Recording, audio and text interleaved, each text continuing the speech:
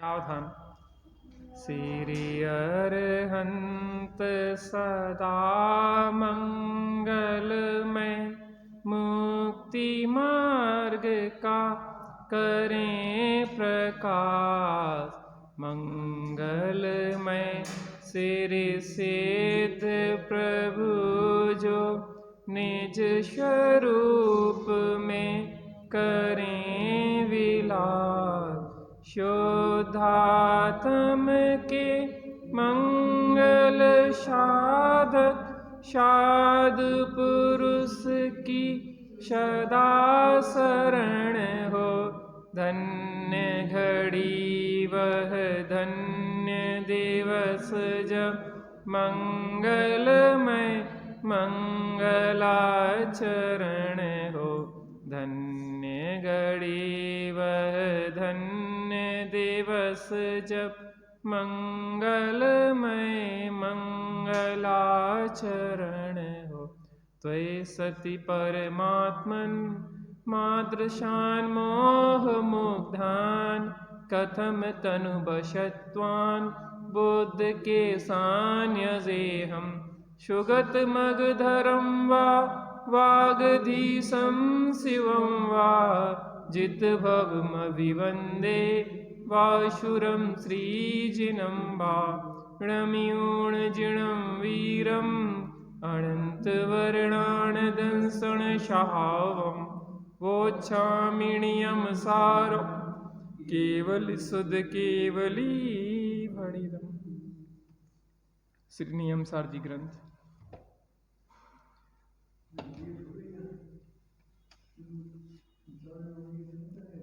अजीवाधिकार।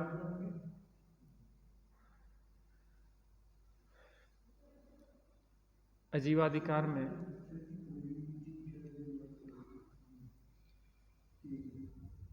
पुद्गल की चर्चा चल रही है। पुद्गल में भी पुद्गल स्कंद की चर्चा चल रही है। इसमें पुद्गल स्कंद के 6 भेद बताए गए हैं। स्थूल स्थूल स्थूल स्थूल स्थूल सूक्ष्म सूक्ष्म स्थूल सूक्ष्म और सूक्ष्म सूक्ष्म। यहाँ पे जो भी हमें दिखाई देता है वो वर्णादिमान पुद्गल ही दिखाई देता है, या यूँ कहें कि एकमात्र पुद्गल ही इंद्रियों का विषय है। 5 इंद्रियों का विषय कौन है? पुद्गल ही है। अर्थात अन्य 5 द्रव्य हमें दिखाई नहीं देते। यहाँ तक कि हम जीव स्वयं है और हमें जीव दिखाई नहीं देता। कैसे? इंद्रियों से। इसलिए कहते हैं इंद्रिय ज्ञान ज्ञान नहीं है, क्योंकि इंद्रियों के माध्यम से जो भी जाना जाता है वह चेतन नहीं है। और जो भी इंद्रियों के माध्यम से हमारा उपयोग बहिर्मुखी होता है उससे शांति तो नहीं मिलती, अपितु आकुलता मिलती है। क्या होता है कि मोह के कारण पदार्थ इष्ट अनिष्ट लगते हैं, तो इष्ट लगते हैं तो उनसे राग करते हैं, और अनिष्ट लगते हैं तो उनसे द्वेष करते हैं। तो कहते हैं लोक में ना देखो ना भोंको, एक कहावत है। देखते हैं तो राग आदि हुए बिना रहते नहीं है। इसलिए कहते हैं भैया व्यर्थ का यहाँ वहाँ 5 इंद्रिय के विषयों में उपयोग को भ्रमाना योग्य नहीं है कमजोर स्थिति में। ऐसा समझो जिसकी रोग प्रतिरोधक क्षमता कम हो तो उससे कहते हैं कि भैया ज़्यादा ठंड हो तो ना जाओ, ज़्यादा गर्मी हो तो बाहर ना निकलो। क्यों? दूसरे तो निकल रहे हैं, उनकी रोग प्रतिरोधक क्षमता या बाहर के वातावरण से लड़ने की क्षमता अधिक है, और तुम्हारी क्षमता क्या है? कम है। इसलिए तुम्हें क्या कहेंगे? भैया ठंड लग जाएगी बाहर नहीं निकलो, लू लग जाएगी बाहर नहीं निकलो। ऐसे ही कमजोर स्थिति में हमें अपने उपयोग के फैलाव को रोकना चाहिए बुद्धिपूर्वक। क्या कहा? देखो, ओवर थिंकिंग नाम की एक बीमारी होती है। लोगों को बहुत सोच विचार चलता रहता है। यहां तक होता है कि रात रात भर सो नहीं पाते, वो काय में लगे रहते हैं? सोच विचार में। रात भर पता नहीं कहां कहां के कौन कौन से विकल्प आते रहते। होता ना कुछ लोगों को। तो ओवर थिंकिंग की बीमारी का कारण है ओवर इंफॉर्मेशन। आप जितनी ज़्यादा उपयोग को भटकाएंगे, जितनी ज़्यादा चीज़ें बाहर से आप ग्रहण करेंगे, वो चीज़ें आपके दिमाग में घूमती रहे। इंफॉर्मेशन लेना है तो अच्छी इंफॉर्मेशन लो, अच्छी जानकारी लो। अच्छी जानकारी माने भगवान के ज्ञान में जो वस्तु का स्वरूप आया है, उस वस्तु के स्वरूप को समझें, वस्तु स्वतंत्रता को समझें, निमित्त नैमित्तिक संबंध को समझें, स्वा को समझें, पर को समझें, हे को समझें, उपादेय को समझें, पर से भिन्न स्वा का ग्रहण करें, हे से भिन्न उपादेय को ग्रहण करें।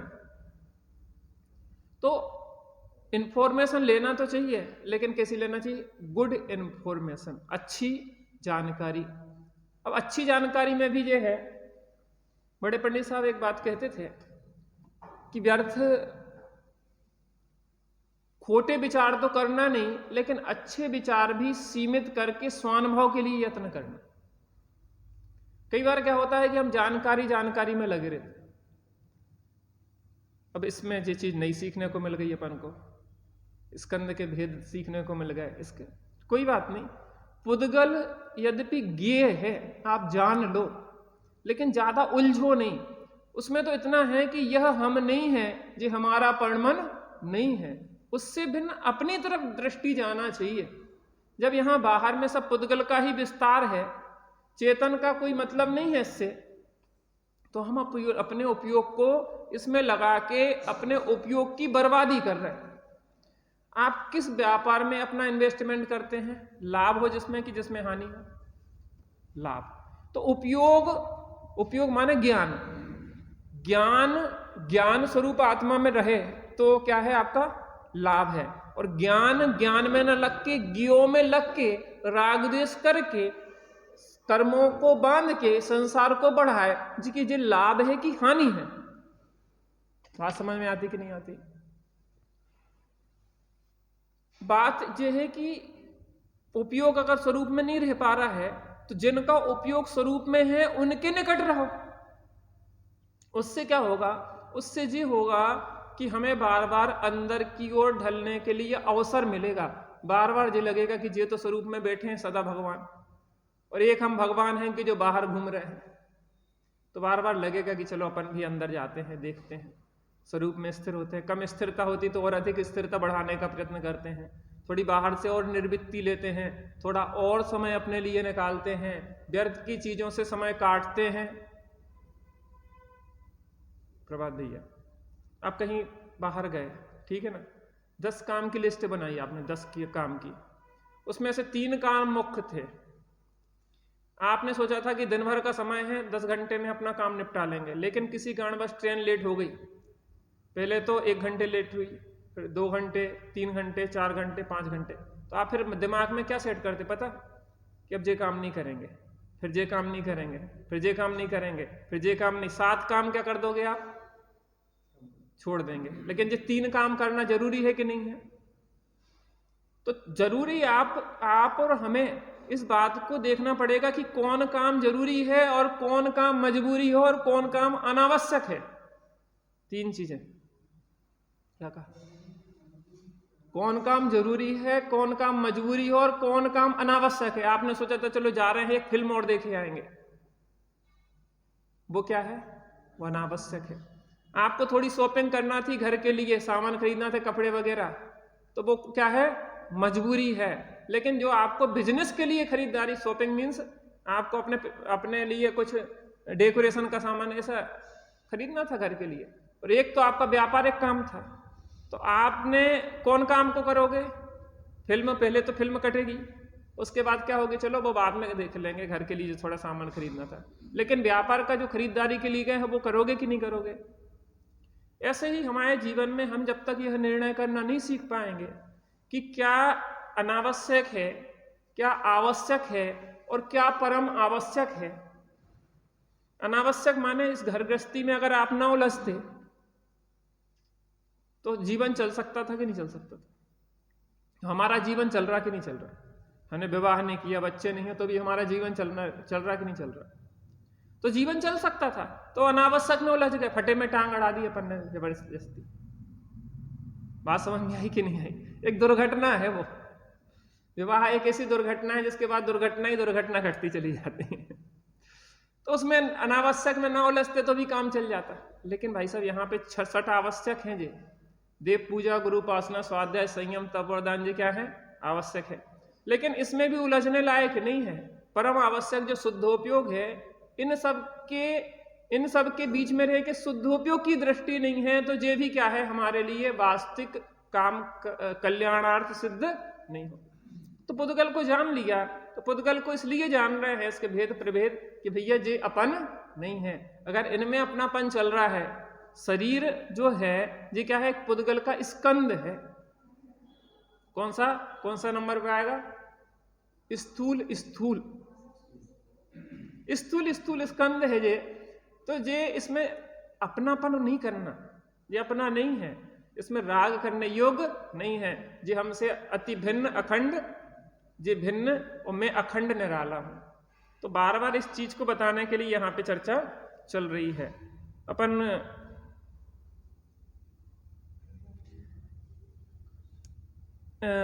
देखो, मैंने कल चर्चा की थी, 5 प्रकार से कथन किया जाता है: शब्दार्थ, नयार्थ, आगमार्थ, शब्दार्थ, मतार्थ, आगमार्थ, नयार्थ और भावार्थ। तो आगमार्थ के अंतर्गत क्या करते हैं आचार्य देव कि कोई विषय अगर लिखते हैं तो उसमें अन्य आगम का, अन्य ग्रंथों का भी उद्धरण दे देते हैं। वो क्यों देते हैं? एक तो विश्वसनीयता के लिए कि ये बात हम अपने मन से नहीं कह रहे, जो पूर्वाचार्यों ने, अन्य ज्ञानियों ने भी इस बात को कहा है। तो उससे क्या होता है कि हमारे अंदर कॉन्फिडेंस आता है। जो सुनने वाला है उसको लगता है कि नहीं नहीं ये बात पक्की है। 2-3 प्रमाण दे दिए जाए ना। पहले क्या होता था, कुछ काम हो ना स्कूल के तो 2-3 लोगों से दस्तखत करवाना पड़ते थे। क्या कहते थे उसको? दस्तखत करवा, प्रमाणित करवा के ले आओ कोई विशेष, हाँ अटेस्टेड, क्या कहते, जो भी कहते हो। तो उसको क्या प्रमाणित करवाना पड़ता था किसी गजेटेड ऑफिसर, क्या कहते, उससे, सरकारी कर्मचारी या कोई प्रभावित व्यक्ति से। तो जब वो कोई बात कही है तो उस चीज का प्रमाण मांगता है व्यक्ति। जैसे हम कोई बात कहें, ठीक है ना, तो हम हमारी बात आप नहीं मानोगे, आप कहोगे कि भाई साहब इसको आगम में कहाँ कहा है। देखो, साधु पुरुष जो हैं या साधु पुरुष जिन्हें बनना है, साधु मीन्स सज्जन ज्ञानी बनना है, तो वो आगम की आंख से देखते हैं भैया। कैसे देखते हैं? आगम की आंख से। हमें जीव दिखाई नहीं दे रहा, दिख रहा आपको कहीं जीव? नहीं दिखाई दे रहा। फिर कैसे देखोगे आप? आगम की आंख से देखोगे कि हाँ भगवान ने कहा है कि इस शरीर के संयोग में जीव है। तो भगवान अन्यथावादी नहीं है। क्यों नहीं है? क्योंकि वो वीतराग और सर्वज्ञ है। तो यहां आचार्य उसी युक्ति को अपनाते हैं। पद्म प्रमलधारी देव ने तो विशिष्ट रूप से बहुत सारे आगमों का उदाहरण दिया है और उन्हें कोई संकोच नहीं है कि अन्य जगह के उदाहरण देने में हम संकोच करें। तो वो बड़े खुले मन वाले हैं, आराम से उन्होंने खूब दिलेरी दिखाई है और एक एक गाथा के पीछे 2-2, 3-3, 5-5 कलश, ऐसे कलश दिए हैं, गाथाएं दी है। देखिए, एक मार्ग प्रकाश नाम का ग्रंथ है। अब ये मार्ग प्रकाश वर्तमान में मेरे ख्याल में उपलब्ध नहीं है, लेकिन पूर्व में जब पद्म प्रमलधारी देव थे उस समय उनके पास ये उपलब्ध होगा। तो इस संबंध में इन्होंने कहा कि जो 6 प्रकार के, कितने स्कंद के भेद कितने किए? 6 प्रकार की जो स्कंद के भेद की है, जो मार्ग प्रकाश में भी इसकी चर्चा आई है, उस चर्चा को भी उन्होंने यहाँ पे उस श्लोक को भी यहाँ पे दिया है। मैं बोलूंगा, आप उस क्रम में दोहराएंगे। स्थूल स्थूलास्तथा स्थूलः, स्थूल सूक्ष्मस्ततः परे, सूक्ष्म स्थूलास्ततः सूक्ष्मः, सूक्ष्म सूक्ष्मस्ततः परे, स्थूल स्थूलास्ततः स्थूलः, स्थूल सूक्ष्मस्ततः परे,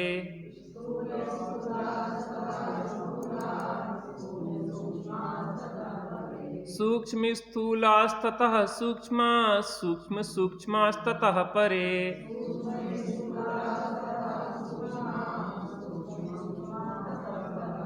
स्थूल स्थूलास्ततः स्थूलः स्थूल सूक्ष्मस्ततः परे सूक्ष्म स्थूलास्ततः सूक्ष्म सूक्ष्म सूक्ष्मस्ततः परे।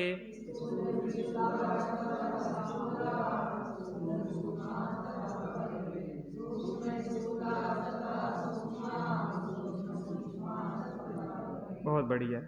थूल थूल और थूल सूक्ष्म पहचानिए सूक्ष्म थूल और सूक्ष्म सूक्ष्म सूक्ष्म जानिए।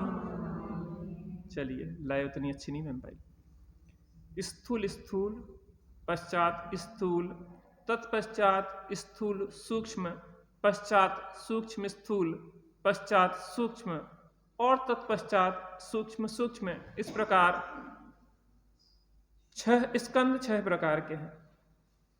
ये तो आपको पता ही है। 5 प्रकार से अर्थ किया जाता है। ये किसके अंतर्गत आता है? मैंने अभी बताया जो जी किसके अंतर्गत आ रहा है? जो उद्धरण दे रहे हैं अन्य ग्रंथों का, वो किसके अंतर्गत आ रहा है? आगमार्थ। अन्य आगम में कहाँ क्या कहा है? इसके पहले कहाँ का दिया था उद्धरण? किस ग्रंथ का? पंचास्ति का है। अब किसका दे रहे हैं? मार्ग प्रकाश का दे रहे हैं। तो ये आगमार्थ मार्ग प्रकाश में भी यह पुद्गल के स्कंद के 6 भेद किए गए हैं। कौन कौन से? आप बोलेंगे, मैं नहीं बोलूंगा। पहला, दूसरा, 1 मिनट, 2 प्रकार की आवाजें। पहला कौन सा है? दूसरा, तीसरा, चौथा, 5वां और 6वां। चलो दृष्टांत बताएंगे। स्थूल स्थूल का दृष्टांत क्या है? बोलिए। लकड़ी और पत्थर, धातु आदि जो भी कठोर हैं कि एक बार खंडित होने के बाद दोबारा ज्यों के त्यों नहीं मिलते हैं, वो क्या कहलाएंगे? Very good. दूसरा, स्थूल में क्या आएगा? द्रव पदार्थ, पानी, तेल आदि कि जो एक बार दूसरे आकार रूप परिणमित होकर पुनः पूर्व आकार में भी परिणमित हो सकते, वो किस में आएंगे? उसके बाद क्या है? एक बात का, स्थूल है पहले कि सूक्ष्म है? कि सूक्ष्म है कि स्थूल है? स्थूल सूक्ष्म। हाँ, स्थूल सूक्ष्म का दृष्टांत बताइए। प्रकाश, चांदनी आदि, अंधकार और प्रकाश। उसमें स्थूल क्यों है? वो स्थूल क्यों है?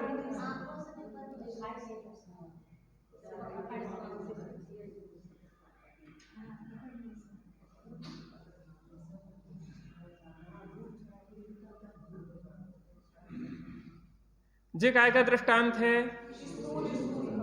कैसे है? क्योंकि खंडित होने के बाद दोबारा वैसा नहीं मिलता। जे काय का दृष्टांत है? स्थूल का। क्यों? क्योंकि अगर उसका आकार बदला जाता है तो पूर्व आकार में पुनः वैसे का वैसा आ जाता है। लकड़ी, पत्थर आदि पूर्व आकार में नहीं आते हैं। इसके बाद ये काय का दृष्टांत है? स्थूल सूक्ष्म। स्थूल क्यों है? क्योंकि चक्षु इंद्रिय से दिखाई दे रहा है। सूक्ष्म क्यों है? क्योंकि पकड़ में नहीं आ रहा। प्रकाश को पकड़ना चाहे तो पकड़ में नहीं आ रहा है। ये काय का दृष्टांत है? चक्षु इंद्रिय को छोड़ के अन्य 4 इंद्रियों का विषय जो बनता है वो है, तो चूंकि आपको महसूस तो हो रहा है, इसलिए वो कैसा है? एक मिनट, पहले क्या आया था? स्थूल सूक्ष्म। अब सूक्ष्म स्थूल। तो सूक्ष्म क्यों है? क्योंकि आंखों से दिखाई नहीं दे रहा है, लेकिन अन्य 4 इंद्रियों से ग्रहण हो रहा है, इसलिए क्या है? वो स्थूल हो रहा है। माने खुशबू आई, आपको गंध आई, तो वो कैसी है? महसूस हो रही है। या आपको ठंड लगी तो वो महसूस हो रही है। और कान से शब्द सुनाई दिए, कर्ण इंद्रिय का विषय बना, और रसना से स्वाद चखा, तो वो स्वाद आप देख नहीं सकते। कान में आवाज आ रही है, वो देख नहीं सकते। और घ्राण इंद्रिय की खुशबू को आप देख नहीं सकते। और ठंडक है, वो आप देख नहीं सकते, लेकिन महसूस अन्य 4 इंद्रियों से कर सकते हैं। तो वो है तो कैसी? दिख नहीं रही, इसलिए क्या है? सूक्ष्म। और महसूस हो रही है, इसलिए क्या है? स्थूल है। अब इसके बाद कौन सा है? सूक्ष्म। सूक्ष्म क्यों है? 8 कर्म सूक्ष्म क्यों है? क्योंकि हमारी इंद्रियों का विषय वो नहीं बनते, यद्यपि है काय के, पुद्गल के स्कंद हैं, लेकिन हमारी इंद्रियगम, देखो गंध जो थी वो इंद्रियगम थी, कर्ण के विषय शब्द थे वो कर्ण के गम्य थे, स्वाद था वो रसना के गम्य था, ठंडक थी वो स्पर्शन के गम्य थी, और प्रकाश था वो चक्षु के गम्य था, ठीक है ना। लेकिन कर्म जो है, कर्म वर्गणाएं, वो किसी भी इंद्रिय के गम्य नहीं है, कोई इंद्रिय के माध्यम से उसको जान नहीं सकते। इसके बाद सूक्ष्म सूक्ष्म जो द्वि, अब कर्म वर्गणाएं हैं, कर्म वर्गणाओं से नीचे के जो स्कंद हैं, और 2 अणु से लेके कर्म वर्गणाओं के बीच के जो स्कंद हैं, स्कंद एक परमाणु शुद्ध हुआ, 2 परमाणु जुड़ गए तो वो स्कंद बन गया, तो सबसे छोटा स्कंद कौन सा हुआ? 2 परमाणु का, और उससे ऊपर कहां? कर्म वर्गणाओं का जो स्कंद है उससे नीचे, और 2 अणु से लेके कर्म वर्गणाओं के स्कंद तक बीच में जितने आए वो क्या कहलाएंगे? सूक्ष्म सूक्ष्म। क्या कहलाएंगे? कर्म वर्गणाएं अत्यंत सूक्ष्म है, लेकिन उससे भी सूक्ष्म जो स्कंद है वो क्या कहलाएंगे? विषय पक्का हो गया?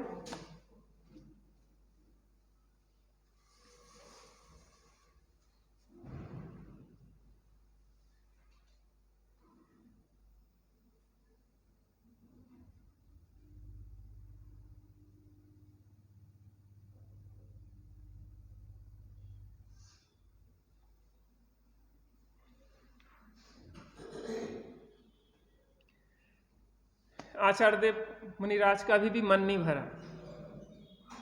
अभी एक और कलश उन्होंने उद्धरण रूप से अमृतचंद स्वामी का लिया है, समय सार की आत्मख्याति टीका से। आप देखिए, नियमसार ग्रंथ एक अद्भुत ग्रंथ है, आपको इसमें ऑल इन वन मिलेगा, सब कुछ, आगम अध्यात्म करणानुयोग, सब कुछ ऑल इन वन। और इस ग्रंथ का ही स्वाध्याय नहीं होगा, अनेक ग्रंथों का स्वाध्याय होगा इसके माध्यम से। मार्ग प्रकाश में भी देख लिया अपन ने, पंचास्तिकाय में भी देख लिया, अब समय सार की आत्मख्याति में भी देख लिया, और इसके बाद खुद एक कलश लिखेंगे आज मुनिराज पद्म मलधारी देव। तो एक अद्भुत ग्रंथ का स्वाध्याय अपना हो रहा है, हमें तो बड़ा आनंद आ रहा है, हर्ष है बहुत। चलिए, इसके बाद तथा चोक्तम श्रीमद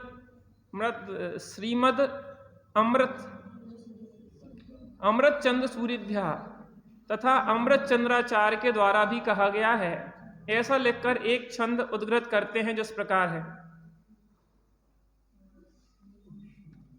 थोड़ा धैर्य रखिए।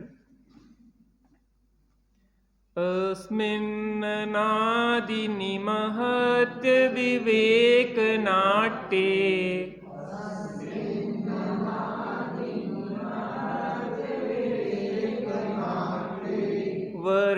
वर्णादिमान नटति पुद्गल एव नान्यः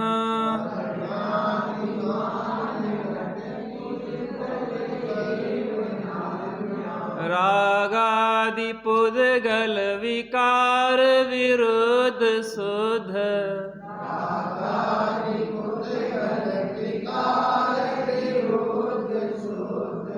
चैतन्य धातुमय मूर्तिरयं च जीवः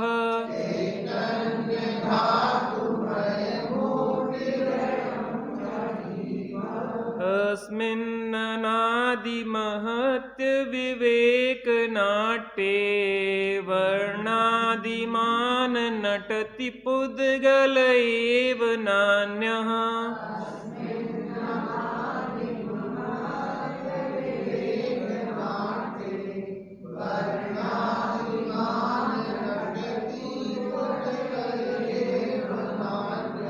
रागादि पुद्गल विकार विरोध शुद्ध चैतन्य धातुमय मूर्तिरयं च जीवः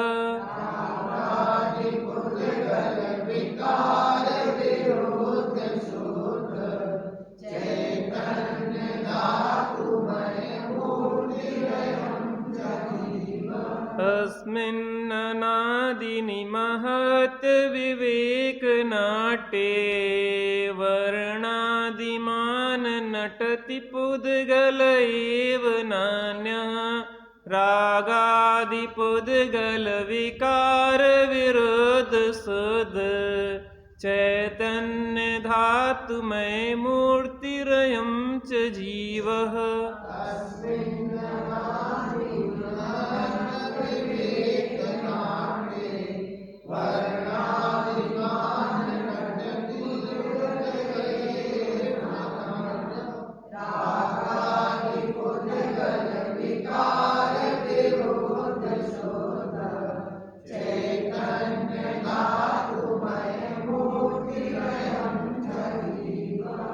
हरे काल अनादि से अविवेक के इस नृत्य में बस एक पुद्गल नाचता चेतन नहीं इस कृत्य में।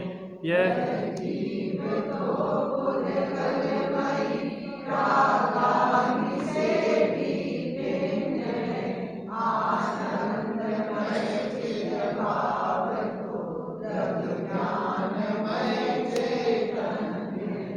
और क्या चाहिए हमें।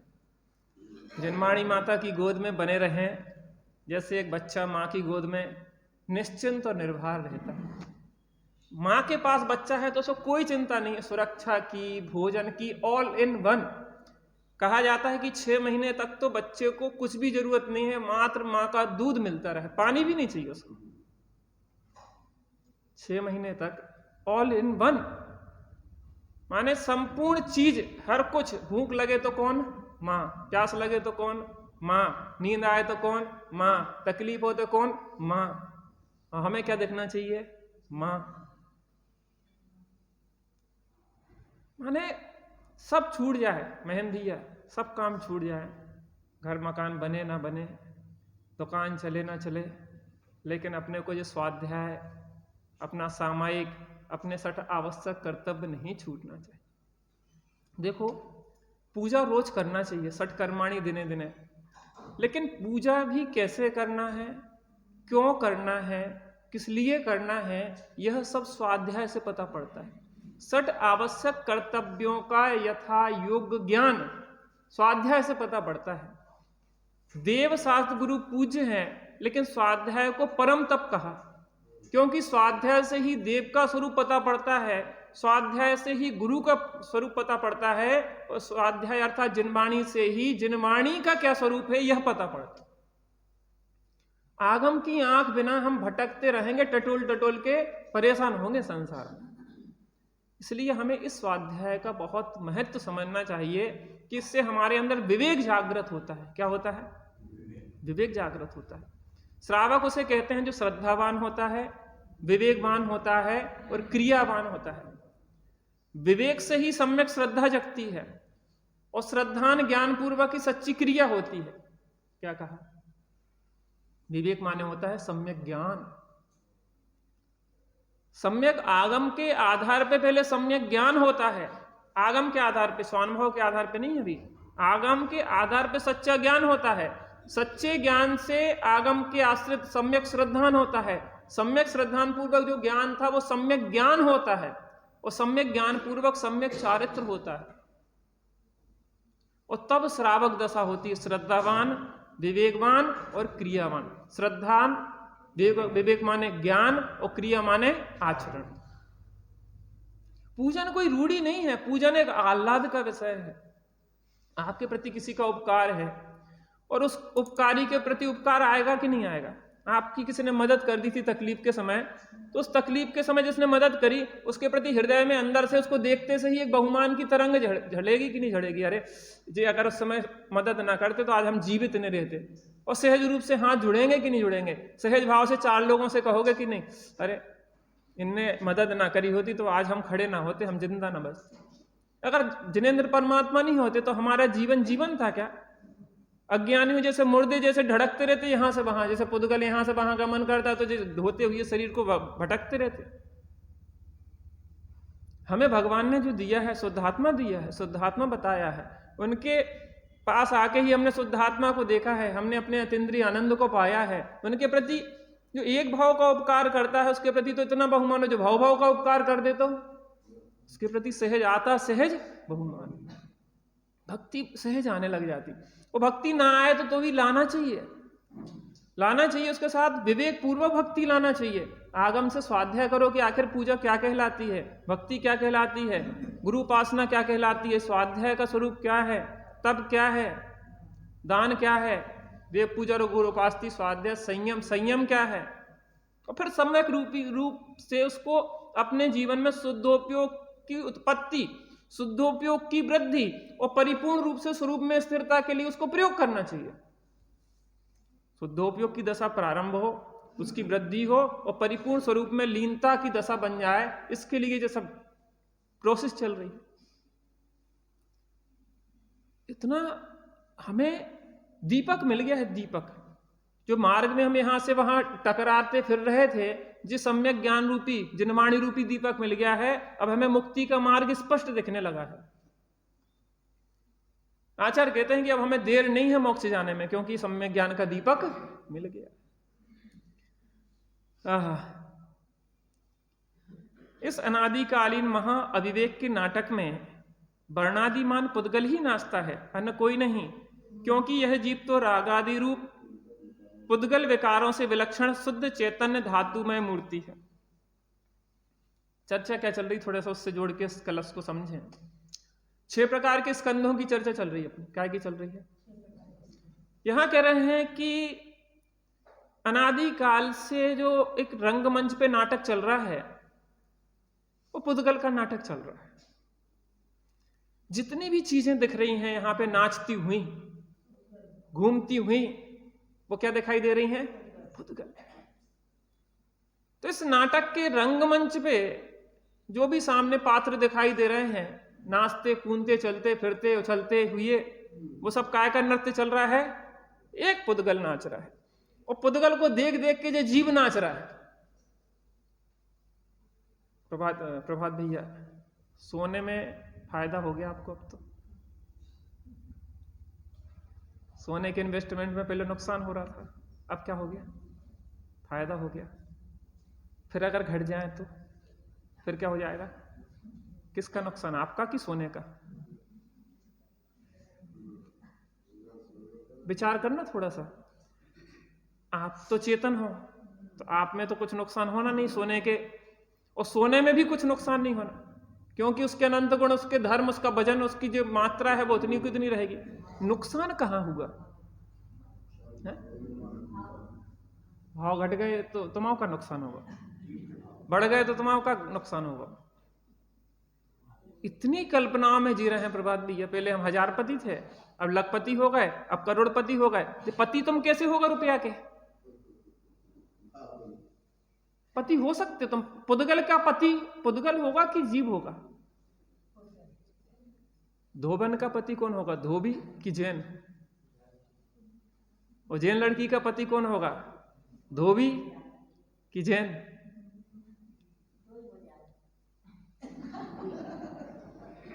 अविवेक के नाटक में हो जाते हैं, यहां पे नहीं होते, वस्तु स्वरूप में नहीं होते। ये अविवेक के नाटक में होते भी नहीं और मानते हैं।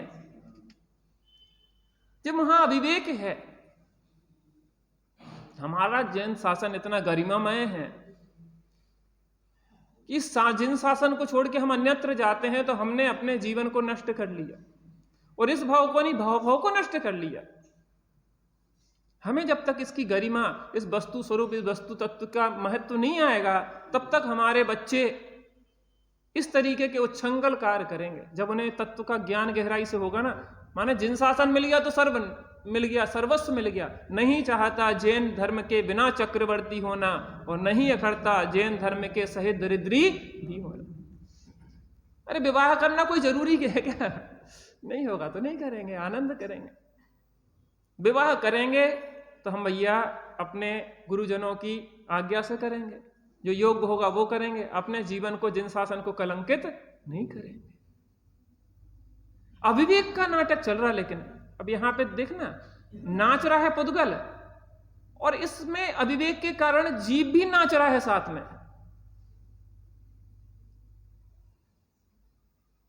अभी तो समय हो गया है, बहुत गहराई है इसमें, मैं उसको खोलना नहीं चाह रहा अभी, चूंकि समय सापेक्ष है।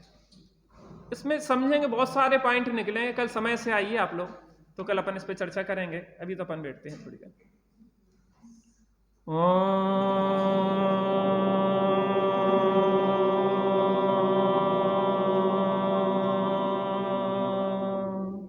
शांति शांति शांति।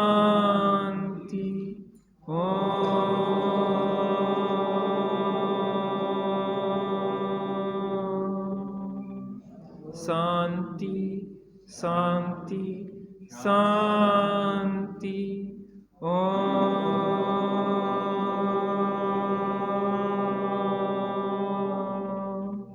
शांति शांति शांति।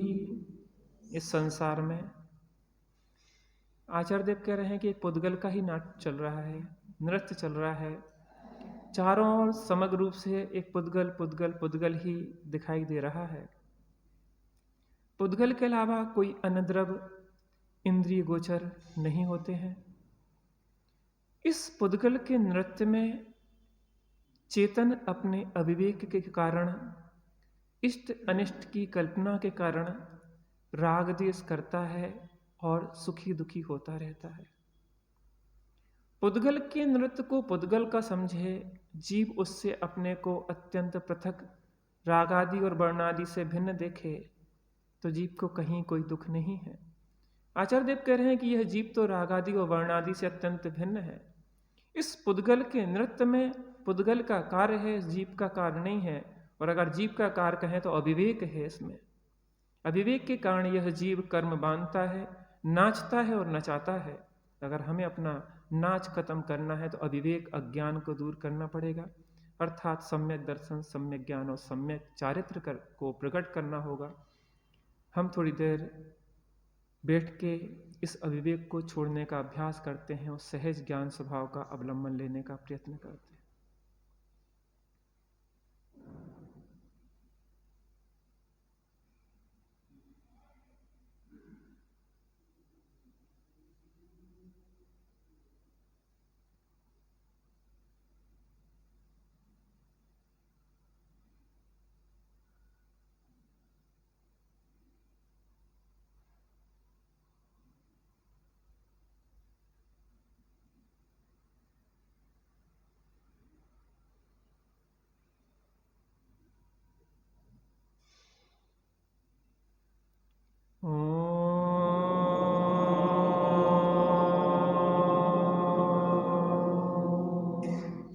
शांति शांति शांति।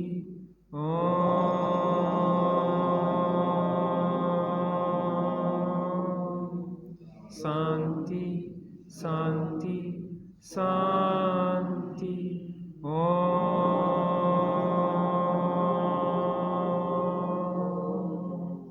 शांति शांति शांति। सहजानंदी शुद्ध स्वरूपी अविनाशी हूँ आत्मस्वरूप। सहजानंदी शुद्ध स्वरूपी अविनाशी हूँ आत्मस्वरूप। सहजानंदी शुद्ध स्वरूपी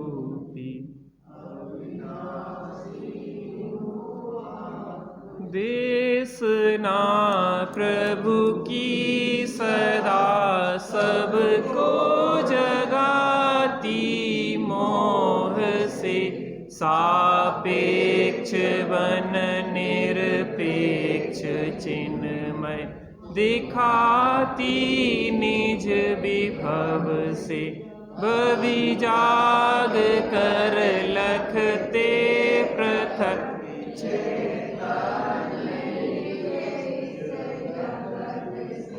कृतज्ञ बन फिर नमन करते मातु सिरि को भाव से जावाणी के ज्ञान से शूझ